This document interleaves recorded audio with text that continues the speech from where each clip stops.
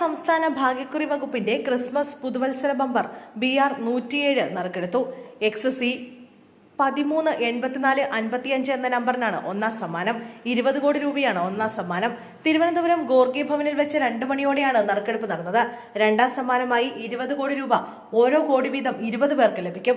XA, XB, XC, XD, XE, XG, XH, XJ, XK, XL എന്നിങ്ങനെ 10 സീരീസുകളിലാണ് Christmas bumper ടിക്കറ്റുകൾ പുറത്തിറക്കിയത്.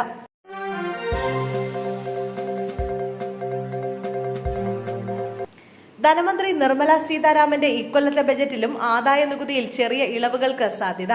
പുതിയ നികുതി സ്കീമിലേക്ക് കൂടുതൽ പേരെ ആകർഷിക്കാനുള്ള ഇളവുകൾ ധനമന്ത്രി പ്രഖ്യാപിച്ചേക്കും. ദമ്പതികൾക്ക് സംയുക്ത ആദായ നികുതി റിട്ടേൺ ഫയൽ ചെയ്യുന്നതിനുള്ള സൗകര്യമടക്കം ചില പരിഷ്കാരങ്ങൾക്കും ധനമന്ത്രി തയ്യാറായേക്കും. 2019 5 ലക്ഷം വരെ വരുമാനമുള്ളവരെ ആദായ നികുതി പരിധിയിൽ നിന്ന് ഒഴിവാക്കിയിരുന്നു. ഈ പരിധി 12ആയി കഴിഞ്ഞ തവണ ഉയർത്തിയത് മധ്യവർഗത്തിന്റെ വൻ സ്വീകാര്യത നേടിയിരുന്നു.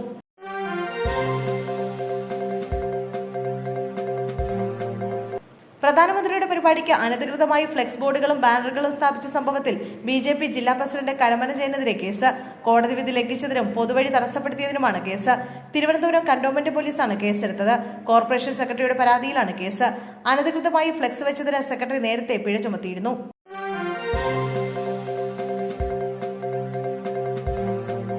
മൂന്ന് ബലാത്സംഗ കേസിൽ രാഹുൽ മാങ്കൂട്ടത്തിൽ MLAയുടെ ജാമ്യാപേക്ഷയിൽ വിധി പറയുന്നത് മാറ്റി. പത്തനംതിട്ട ജില്ലാ സെഷൻസ് കോടതി ഈ മാസം 28-ന് വിധി പറയും. കഴിഞ്ഞ ദിവസം പ്രോസിക്യൂഷന്റെയും പ്രതിഭാഗത്തിന്റെയും വാദം പൂർത്തിയായിരുന്നു. അതിജീവിതയുടെ പരാതിയിൽ പറയുന്ന പല കാര്യങ്ങളും കള്ളമാണെന്ന വാദമാണ് പ്രതിഭാഗം ഉന്നയിച്ചത്. ബലാത്സംഗ കുറ്റം നിലനിൽക്കില്ലെന്നും രാഹുലിന്റെ അഭിഭാഷകർ കോടതിയെ അറിയിച്ചു.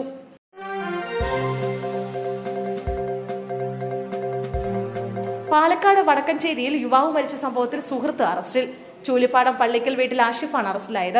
മുഹമ്മദ് റാഫിയാണ് മരിച്ചത്. വെള്ളിയാഴ്ച ഇരുവരും ചേർന്ന് വൈദ്യുതക്കണി ഉപയോഗിച്ച് തോട്ടിൽ മീൻ പിടിക്കുന്നതിനിടെ മുഹമ്മദ് റാഫിക്ക് ഷോക്കേൽക്കുകയായിരുന്നു. പോസ്റ്റ്മോർട്ടത്തിൽ ഷോക്കേറ്റാണ് മരണകാരണമെന്നും തെളിഞ്ഞു.